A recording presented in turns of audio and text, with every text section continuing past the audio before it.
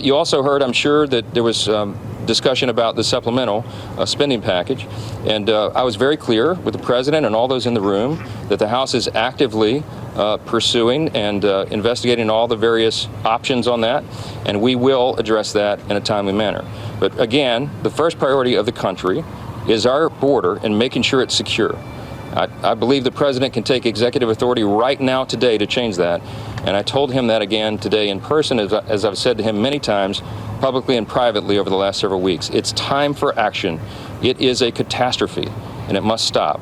And we will get the government funded, and we'll keep working on that. So we'll have more for you soon. Speaker Mike Johnson can't possibly think rational thinking Americans are buying his brand of calm destruction from the House. Despite their talking points about how disastrous the border is, they didn't expect to lose the debate about who to blame after their president told them to reject a bipartisan bill that leans in their favor. Too many Republicans like Senator Langford came out to dispel the lies, so even Fox News couldn't misreport it. Some Republican governors coming out of their meeting with the president at the White House on Friday, and they said they didn't really see a point in President Biden continuing to focus on that bipartisan Senate deal because, yes, Republicans helped negotiate it, but it's dead right now.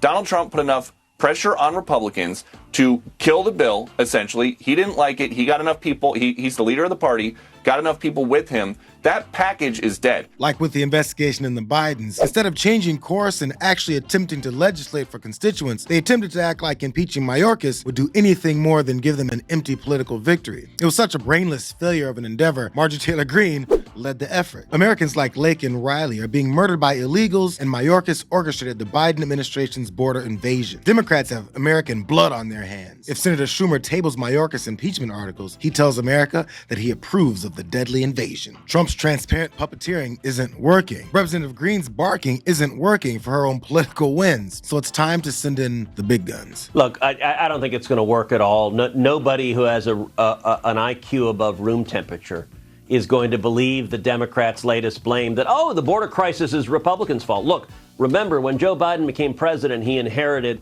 the lowest rate of illegal immigration in 45 years. Joe Biden and the Democrats deliberately broke this system. They caused the highest rate of illegal immigration in history. And I'm here to tell you, when Donald Trump is reelected, and I believe he's going to be reelected in November, when he comes back into office in January, we're going to see the numbers plummet again, because what it takes is a president willing to enforce the law. Luckily, no one likes or listens to the sound of Ted Cruz kissing Trump's ass for the past 8 years for his talking points to fool more than 2 people. It's actually forced the party to transition to the threat and even sometimes reality of shutting down the government. Representative Byron Donalds has already been floating the idea in interviews as if it's a new destructive tactic that's ever helped them out in the past. That tactic screws over tons of Americans that have nothing to do with House Republicans' commitment to do Trump's bidding. But when politics are being played, we only have to look to the last time conservatives played this card to know just how little they care. Will you take pay if the government shuts down? I'm honestly not sure how that works. Well, you still get money. The members of Congress get paid. The Minority Leader Mitch McConnell said so on the floor yesterday. So will you accept that pay? I will. I am not independently wealthy, and we are like any other family. I don't think you're going to find a huge amount of sympathy, for people that have been furloughed or early retirement or laid off or their pension going bankrupt.